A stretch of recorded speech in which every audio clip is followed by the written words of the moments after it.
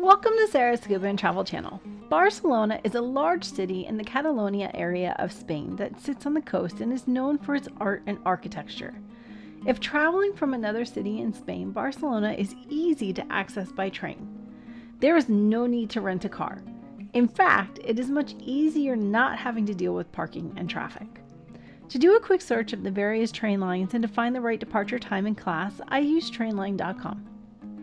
There is so much to see and do in Barcelona. You may not be able to experience everything, but my goal is to give you a plan to see a variety of highlights.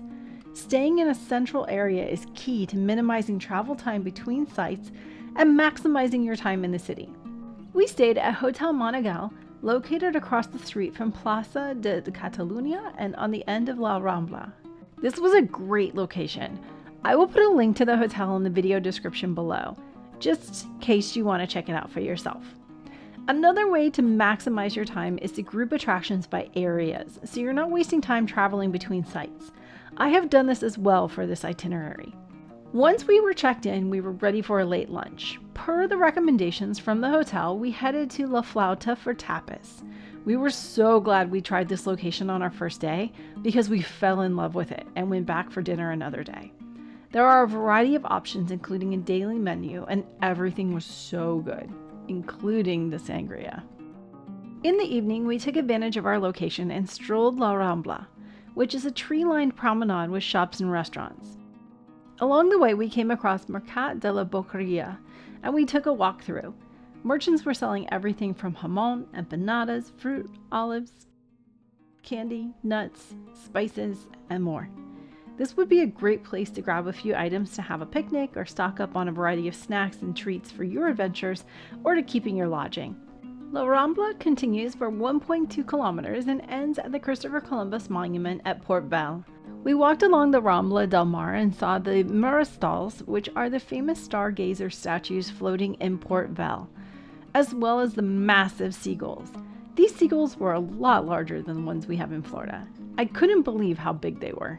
We took a little stroll along the water and what might be considered the Malecón. It was nice to be near the coast again. It felt like home along the water and looking at the boats. Eventually, we made our way back to the Rambla to head to our hotel so we could rest for our first full day in Barcelona. Day 1 starts with a walk through Plaça de Catalunya, which is a large square that features various statues and fountains. It is considered the city center and a place where the old city and the 19th century built Eixample met. The plaza was on our way to the Block of Discord located on Passeig de Garcia, which is the first destination of the morning. The Block of Discord gets its name from the clashing, extravagant architectural styles of 3 rival modernist architects: Ciutodella y Morera by Dominici Montaner, Casa Amaye by Puig Corfoc, Casa Batlló by Gaudí, whose masterpieces sit side by side. We observed the first 2 from the outside and made our way to Casa Batlló. I highly recommend purchasing tickets online in advance of your visit. I paid extra and purchased the Be First tickets to gain entry at 8:30 a.m. with a smaller group of people before the site got full of visitors. Get there early to make sure you are in line when they start scanning tickets for entrance. You can print or download your tickets to your phone for the QR code scanning. Your ticket includes a tablet with a visual and audio guide that will take you through the multi-story structure. There are numbers along the route indicating the selection for the audio guide. If you are interested in pictures and video, I recommend staying to the back of the group. Let everyone else go ahead. Then you can end up with empty rooms all to yourself. Casa Batlló is referred to as the House of Light and Color. There is truly nothing else like it, and I really enjoyed our visit. The main floor is the heart of the house where the Batlló family had views of Passeig de Garcia, ideal for seeing and being seen. Besides the beautiful stained glass, one of the other highlights on this floor is the mushroom fireplace. Gaudí's work was inspired by nature and the conservation of nature. For Batlló, Gaudí was inspired by the ocean, which hits you right away with a whalebone staircase. Eventually, you will enter the inner courtyard from the private dining room of the Batlló family, which was strategically designed to look out to the other patios of the designers of the Block of Discord as competition. Gaudí also studied the movement of air, and he created air vents shaped like fish gills in each apartment that allowed air to flow through the entire building to cool the space. Gaudí is cited as stating the most important requirement for an object to be considered beautiful is that it fulfills its purpose. Nothing is just aesthetics in Gaudí's designs. About halfway through the tour, you will enter a gift shop that contains souvenirs and refreshments if you're interested. This building was used as an apartment building. The third floor contains Gaudí's last residence, which has been fully restored and preserved for over a century. As you make your climb upward, notice how the blue tiles in the light well change. The shades of blue get darker as you get higher, and the windows get smaller. Gaudí designed this light well intentionally with the aim of allowing more natural light to reach all the rooms of the house, even the lower floors. Eventually, you will enter the attic, which was the service area for the building's tenants, including laundry rooms, storage rooms, and more. Finally, make your way to the rooftop where chimneys are grouped together in lavish mosaics, one of which being a dragon's back. Remember Gaudí's quote from before? These are not just architecturally unique. They were designed this way to prevent air from blowing back inside the building. There is a small cafe with refreshments on the rooftop as well. Our visit concluded with a 360-degree, fully immersive show inside the Gaudí Cube. It takes visitors inside the mind of the famous architect Antonio Gaudí using AI and moving 3D digital art. It is the first totally immersive VR experience that does not require the use of VR glasses. It was pretty cool. I recommend planning to spend about an hour to an hour and a half at this location. I planned our next stop for 10 a.m., which was the Church of Holy Conception, also known as the Basilica of Immaculate Conception and Assumption of Our Lady. The church began as Jonquière Monastery dating back to 1214. When the monastery was demolished in the late 19th century, the church and its cloister were carefully relocated stone by stone to the current location to make way for city planning. It is built in the classic Catalan Gothic style. The tranquil cloister is lined with orange trees containing a mini garden. During our visit, they were preparing for their Corpus Christi celebration, so it was beautifully decorated with extra flowers. The cloister was a nice escape from the busy streets of Barcelona. You forget you're in the middle of the city here. We didn't spend too long at the church as we had 11:30 a.m. tickets for our next stop, Basilica de la Sagrada Familia. It is about a 20-minute walk, but I think worth walking versus taking a taxi because you get to see some more of the architecture in this area, and you never know what you might stumble upon. We found a market and made a quick walk through as well. It was the typical seafoods, meats, and produce. However, they had a beautiful garden and flower area in the front. Finally, we arrived at Sagrada Familia. I recommend taking pictures at the park across the street before entering, as you will enter on the Nativity facade and exit on the Passion facade. I highly recommend purchasing tickets online in advance, as they will most likely be sold out when you arrive. This is not a place where you can usually just show up and purchase tickets for the same day entry. In fact, they are usually sold out many days in advance. There is an audio guide app available. I recommend downloading the app to your phone before arriving. There is Wi-Fi available to stream the audio guide through the app, but you will need your ticket information to activate the guide. The Wi-Fi can be a little spotty, especially when trying to download the app on site, so do it in advance. Don't forget your headphones or earpods so you do not disturb other visitors. Like I mentioned, you will enter on the Nativity facade, which is the oldest part of the basilica and the only part Gaudí saw completed in his lifetime. The Nativity facade has 3 triangular portals. The Portal of Hope on the left is dedicated to Saint Joseph. The Portal of Charity is in the center, dedicated to Jesus. This is the largest portal and features the Nativity scene itself, and the Star of Bethlehem and the angelic musicians. The Portal of Faith is on the right, dedicated to the Virgin Mary. The basilica has 3 facades: Nativity or birth, Passion or death, and Glory or everlasting life. As soon as you enter, it is clear to see why Gaudí referred to the structure as the Temple of Life. You will notice the stained glass on the Nativity facade are cooler colors like blues and greens, which get the morning sun. The stained glass on the Passion side are warmer colors like reds, oranges, and yellows for the afternoon sun. You may also notice there aren't any chapels and there's minimal statues inside this cathedral. That's because the story is on the outside of the building. Gaudi was very much inspired by nature for the inside, so you see the large columns are designed after various trees to resemble a forest, with different colors and materials being used to feature different types of trees. The branches support the vaults. 4 animals are featured to symbolize the evangelists. Over the entrance of the Nativity facade is the statue of Saint Joseph. On the opposite side, on the Passion side, is the Virgin Mary. In the middle, above the altar, is the crucified Jesus. Behind the altar, you will find access to the crypt, which is where Gaudi is buried, and the church services are held. On the opposite side, on the Glory facade, you will find a mirror that brings the details of the vaulted ceiling in closer view. Another highlight that I highly encourage you to do here is purchase tickets for entrance to the towers on the Passion facade. These tickets need to be purchased online and are separate from the general admissions ticket. So again, I encourage you to do them well in advance of your visit. You will have different timed entry for the towers than the general admission. You will take the elevator to the top of the Passion Towers. There are a few steps that you will need to climb up as well, but the majority of the experience is navigating downstairs. Therefore, this is not an activity for people with mobility challenges. It is an incredible experience to be even with the towers and to be able to see the details and beautiful views of the city. The Basilica is supposed to have 18 towers once it is complete. At the time of my visit, there were 13 towers complete. The first stone of the Basilica was laid in 1882. The Basilica is still under construction and is not expected to be completed until early 2030s.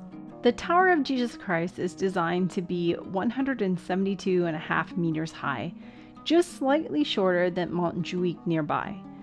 Gaudi stated the work of a man should not pass that of God. The last section of the descent is a spiral staircase that drops you at the church museum. I highly encourage you to take a few minutes to walk through the museum. It contains furniture and other historic elements of the church. Finally, you will exit and get to see the Passion facade up close. I recommend planning about an hour and a half to 2 hours for your visit, especially if you plan on touring the towers. At this point, we were definitely ready for some lunch, so we took a taxi to our final stop of the day, Parc Guell. The taxi dropped us near the entrance off of Carretera del Carmel, and we walked to a nearby Chinese restaurant for lunch. There aren't any food options in Parc Guell. We chose this option as it was cheaper than eating near Sagrada Familia. The food was very good, and I did not regret the decision at all. We had 4 p.m. tickets for Parc Guell, so we had plenty of time to eat, and we were actually allowed in early. Tickets for Parc Guell were sold out for the day when we arrived. I was very thankful that I purchased ours well in advance online and just had to show the QR code to enter. I purchased the general admissions tickets with access to the Gaudi House Museum. There is an audio guide app available that you can download to your phone before your visit. This is not only informative, but very helpful when trying to navigate the park. At this point in the day, it is probably a good reminder to bring a power bank for your phone for all of the navigating audio guides and pictures and videos you will be taking. This is a large park, and if you are following this itinerary, you have already done a lot of walking today. Therefore, I recommend picking a few highlights that you want to visit, knowing you're not going to see every part of this park. Here is the path I took to see a good majority of the highlights. First, make the climb up to the middle and upper viaducts. You don't necessarily need to visit both, but you can decide how far you climb to experience these beautiful structures. They are also a nice escape from the sun. These systems were built to capture and filter rainwater, which was deposited in cisterns that each of the viaducts had. Parc Guell is part of the UNESCO World Heritage Site works of Antonio Gaudi. It was inspired by the English Garden City movement and is skillfully designed to bring peace and calm as well. When ready, make your way back down the same way you came to head to stop number 2, the Gaudi House Museum. If interested, the lower viaduct is located near the house, so you can decide if you want to make the climb to the upper and middle ones as mentioned previously, or just go visit the lower viaduct. The Gaudi House Museum was Gaudi's house from 1906 to 1925. It was a model home for the park that was a commercially unsuccessful housing site. The idea of Count Eusèbe Guell, whom the park was named after. Parc is a 14 hectares wide garden complex with architectural elements situated on the hill of El, and was designed by Gaudi and built in the years of 1900 to 1914. The house contains furnishings Gaudi designed himself. Next, make your way through the gardens outside the house. When you're done, take the palm tree path to the Greek Theatre or Nature Square. It was intended to host outdoor shows and is lined with beautiful mosaic benches. On the left, you can make your way down the stairs and enjoy the Austria Gardens.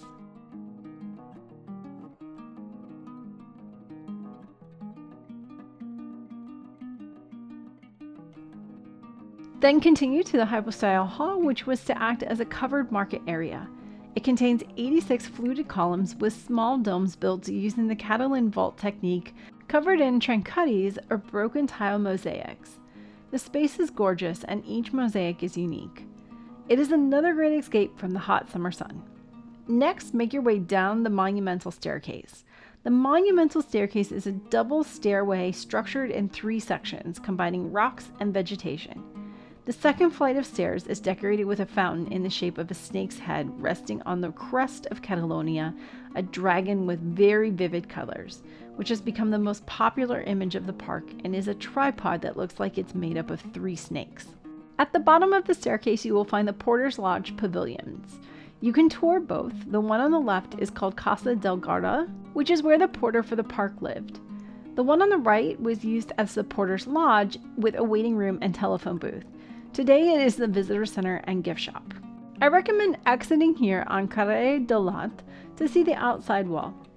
You can walk a few blocks to the main street to pick up a taxi and head back to your accommodations or dinner. We took showers and headed back to La Flauta.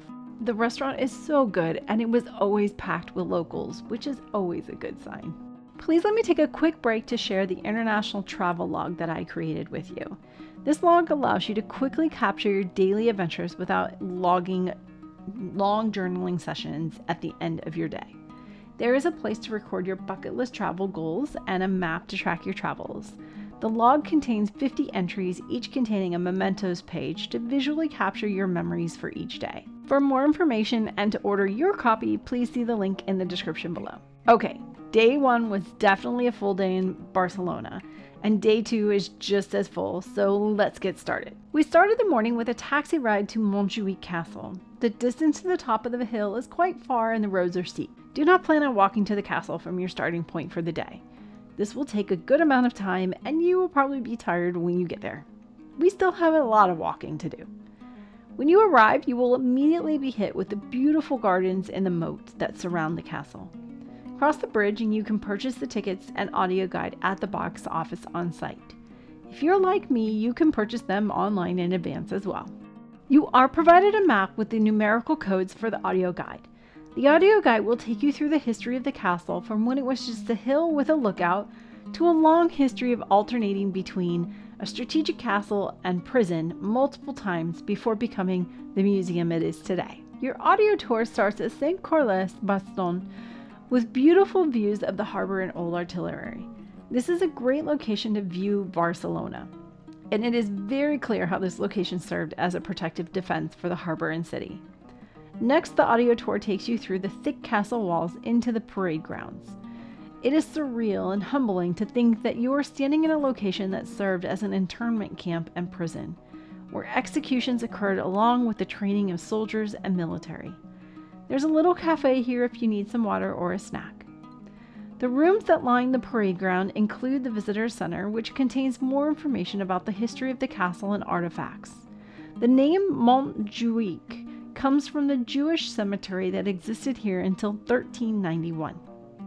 From the parade grounds, you can climb the stairs to the terrace, which offers 360-degree views of Barcelona. So take your time and make your way around all 4 sides. This is also a great place to get views of the parade grounds you just left. The watchtower here is not the original and has been restored.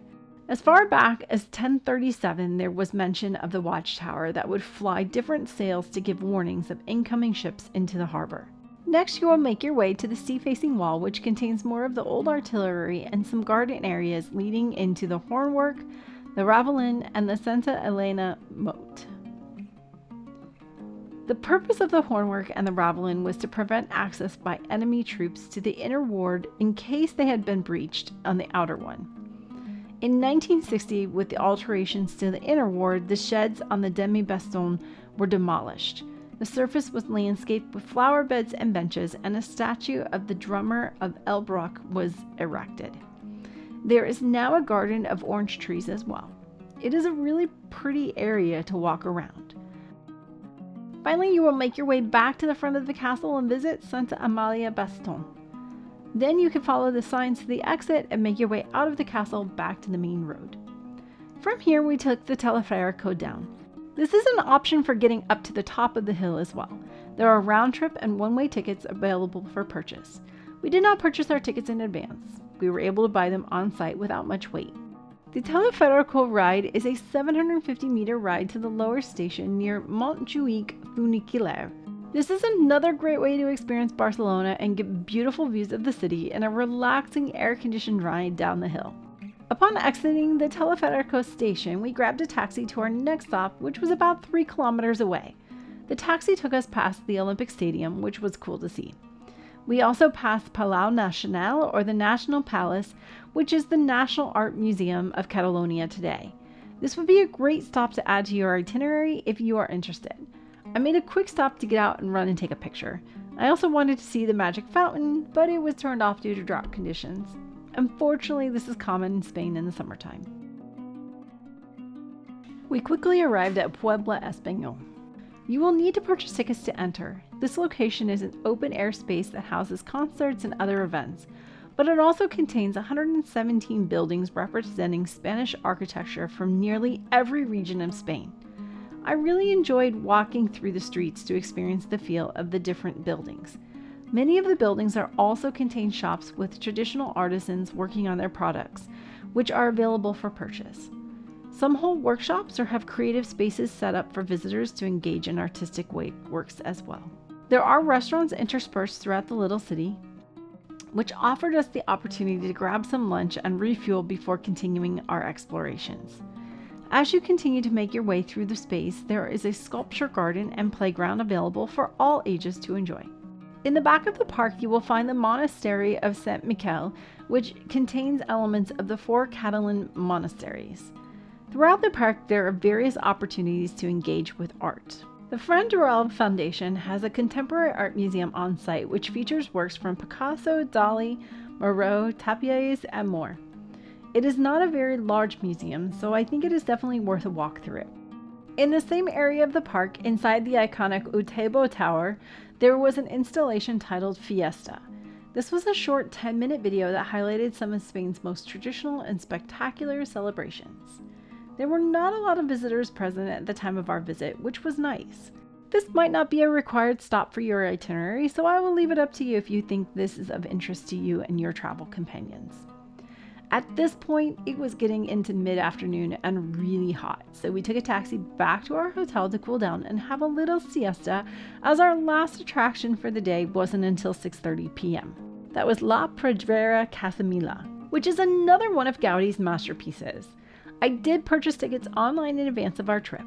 I highly recommend you do the same, as this location tends to sell out. Your ticket does include the audio guide, which you can pick up after scanning the QR code on your ticket for entry. Casa Mila is referred to as Gaudi's most emblematic civil buildings, both for its constructive and functional innovations and for its ornamental and decorative solutions, which break away from architectural designs of the time. With this building, Gaudi introduced new approaches in the fields of construction, spatial geometry, habitat, ergonomics, and materials. It has been a UNESCO World Heritage Site since 1984 and is owned by the Catalonia La Pedrera Foundation, which means all proceeds go to helping improve others' quality of life. It was built between 1906 and 1912 as an apartment building. Each apartment looks out to the main facade and the inner facade of the block courtyard. Today you can see the apartments staged with furniture to resemble the layout of the apartments. Another highlight of this building is the attic. Gaudi built an attic on the floor slab of the top floor. In order not to increase the weight of the building, he resorted to a succession of 270 brick arches, which Gaudi called balanced or catenary arches on which the roof rests. These arches are light, easy to build, and stand on their own and don't need any buttresses. The attic originally housed the communal laundry room, clotheslines, storage rooms, and machinery for the 2 lifts. The attic floor was also the thermal or insulating chamber for the building. In summer, the windows were open to get a draft, and in the winter, they were kept closed to lock in the heat of the sun. The attic houses models of many of his masterpieces in Barcelona, as well as furniture designs and elements from nature that inspired Gaudi's work. Then you can make your way to the roof terrace. Every part of the roof is designed to serve a purpose. The architectural and structural elements arranged throughout the space correspond to 3 types of key features: the stairwells, the ventilation towers, and the chimneys. The perimeter stone railings are undulating and follow the shape of the facade. The roof terrace is characterized by order, aesthetic quality, and high functional construction elements. The most voluminous elements are the 6 stairwell exits. Inside each of them, there is a spiral staircase that allows access to the rooftop from the attic. Gaudi used curved forms to make the building lighter. The stairwells are 6 meters tall. There are also 29 chimneys located on the roof. These are the flues from the coal-fired central heating system, no longer in use today. There are 2 on their own, and the others are grouped in sets of 2, 5, or 7. The shapes of the chimneys allow for aerodynamic displacement of the smoke. The 2 ventilation towers had the function of renewing the air in the attic. The Trincatis mosaics act as a waterproof protector for the elements while adding color to the space. When I was planning our itinerary, I did research to see if it was really necessary to visit Casa Batlló and Casa Mila. Everyone seemed to have their own opinions, and after visiting both, I don't know that I could pick just one to recommend. I loved the interior of Casa Batlló, but the rooftop of Casa Mila shouldn't be missed. If it is possible for you, I really think it's worth doing both. When you're done, you will make your way down to the main floor where you will find yourself in one of the 2 courtyards. These courtyards were intentionally designed to allow the flow of air and light through the building. You can purchase tickets to enjoy dinner on site. However, there was a private event that evening, so we found our wonderful restaurant nearby, Maldita. We enjoyed a wonderful dinner of drinks and tapas. Okay, day 3. I told you there's a lot to see and experience in this city. We switched it up this morning and got off of Barcelona nice and early. We had a 6 a.m. pickup for a morning hot air balloon ride over Catalonia. The company picked us up at the city center and we drove to Vic, which was about a 45-minute drive. We stopped at a cafe to get breakfast and then we were off to the loading area. This was my first time in a hot air balloon and a bucket list item from my husband.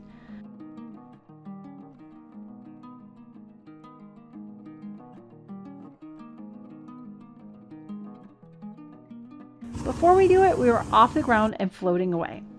There wasn't a lot of wind the morning of our flight, so we did not travel too far, but I was kind of thankful it was a wild experience for the first time up in the air. I found the bottom of the basket to be a very deceiving false sense of security when you look down and see the ground so far away. Thankfully, we ended up with beautiful weather and it was much warmer than I expected. I definitely did not need my sweatshirt on a summer morning. As we started making our descent, we spotted a deer in the foliage, eventually landing in the field. Don't worry, you get briefed on landing positions prior to takeoff as well as safety procedures. The pilot and crew helped us out of the basket when we were done and they pulled the basket into the road for pictures. Then they gathered the balloon and basket and put it on a trailer. We even got the opportunity to assist as well. We celebrated our flight with a champagne toast and a snack and were presented with certificates for a successful completion of our flight. Then we got back into the van and they took us back to Barcelona. We arrived around lunchtime. If you are interested in this experience, I will put a link in the description below. Back in Barcelona, we grabbed some lunch and then I was off on my own to enjoy afternoon at a few more sites in the city. First stop was the Arc de Triomf. After a few quick pictures, I took a walk through the Arc along the Passeig de Lluís Companys. This is a beautiful promenade area. Just watch out for people on bikes so you don't get in their way. At the end, you will find the Rios and Tule monument, and across the street is the entrance to the Parc de la Ciutodella.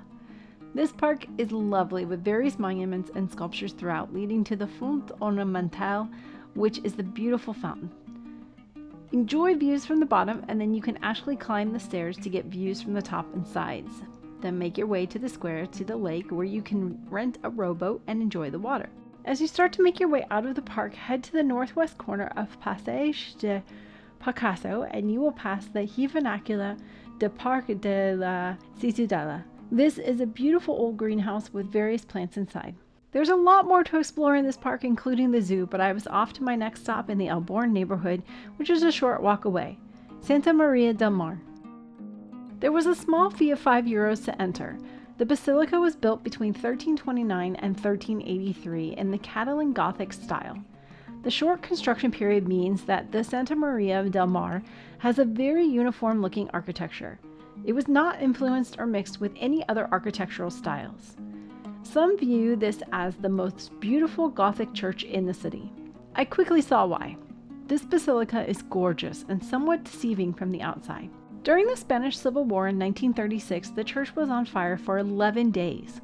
The church survived, but much of the interior and windows were destroyed. Restoration work was needed, and the community jumped in to raise funds to support the church. Inside the church, you will also find a statue of the begging Saint Ignatius by sculptor Maspons. I didn't spend a lot of time here, but enough to appreciate the beauty of the church. Then I was off to Museu Picasso, which is also nearby and not too far of a walk. There is a €14 admission fee, $19 if you want an audio guide. All bags and water bottles do have to be stored in a locker. The museum contains over 4,000 pieces by Picasso at different periods in his career. If you are a fan of the artist or just appreciate art, I think this is worth a stop. I spent 45 minutes to an hour here, so it doesn't have to consume a large part of your afternoon, unless you want it to, of course. I enjoyed seeing his attempts at pottery, as this is not usually the medium I think of when I think of Picasso. The building is also gorgeous, and I had to take a few moments to appreciate it as well. The museum is actually housed in 5 adjoining palaces, which contain interior courtyards and open-air staircases. It was beautiful. There's a cafe on site as well if you need a snack when you're done, but I stopped for some ice cream at another location. Last but not least is the Barcelona Cathedral. To purchase entry tickets, you will need to do so from the building to the left of the entrance. Then you will show your ticket at the door for entry. The cathedral is massive and beautiful, of course. It is another Gothic-style cathedral, as we are still in the Gothic quarter, built in the 14th century. Unlike my husband, I never get tired of visiting these gorgeous structures. I am always so impressed with the details in the carvings and stone and the huge vaulted ceilings and pillars. One of the highlights at this cathedral is the cloister, as it contains live geese for your viewing pleasure. During my visit, the cloister was decorated for the Corpus Christi celebrations. The flowers were gorgeous, but something that was a highlight to me was seeing the fountain with the egg floating on top. I had read about the practice, but I had not actually seen it in any of the other religious buildings I had visited during my journey. This is referred to as the dancing egg and symbolizes the joy of spring, fertility, and the Eucharist. Across from the cathedral on the northwest side is Casa de la Ardiaca, which is the historic archdeacon's house. It was decorated even more beautifully with flowers and had a dancing egg. 2 in a row! At this point, it was evening time, and my husband met up with me for the last highlight in this area, the Lamaro Hotel. If you are researching Barcelona using older resources, this used to be the Cologne Hotel. The hotel itself is not the highlight. Tell the doorman that you are there for the Rooftop restaurant, and they will direct you to the elevators. The view of the cathedral from the rooftop is amazing. When you arrive, if there aren't any tables by the edge, you can ask your server to be put on a wait list. Once one becomes available, they will make sure that you are moved over when it's your turn. Don't get discouraged. We were moved shortly after our drinks arrived. This is a great place to enjoy some drinks and tapas with beautiful views of the cathedral. We also had a friend join us. I'm telling you, these seagulls here are at least twice the size of the ones in Florida. The food and drinks are not cheap by any means, but it is a gorgeous view, so I'll take it. If you have time, I recommend adding another day to your stay in Barcelona so that you can take a day trip to Girona. It is an easy train ride from Barcelona and is a new city full of discoveries.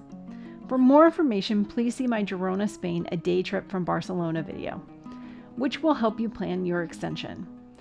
You can also add a day trip to Montserrat. We stopped in Montserrat on our way to our next location, Valencia. Either way, I think it's worth adding since you are in the area. If there are any other sites, attractions, restaurants, etc. that you recommend for Barcelona, please put them in the comments below to help others who are planning their visit. There is so much to see and do in this city. Whatever you decide to do, I hope you enjoy your time there as much as we did. Thank you for watching. Please subscribe and hit that like button. If you would like to support future productions, you can donate using the Super Thanks button or buy me a snack using the link in the description below. You can also follow me on Facebook, join the Facebook group, or follow me on Instagram for more content.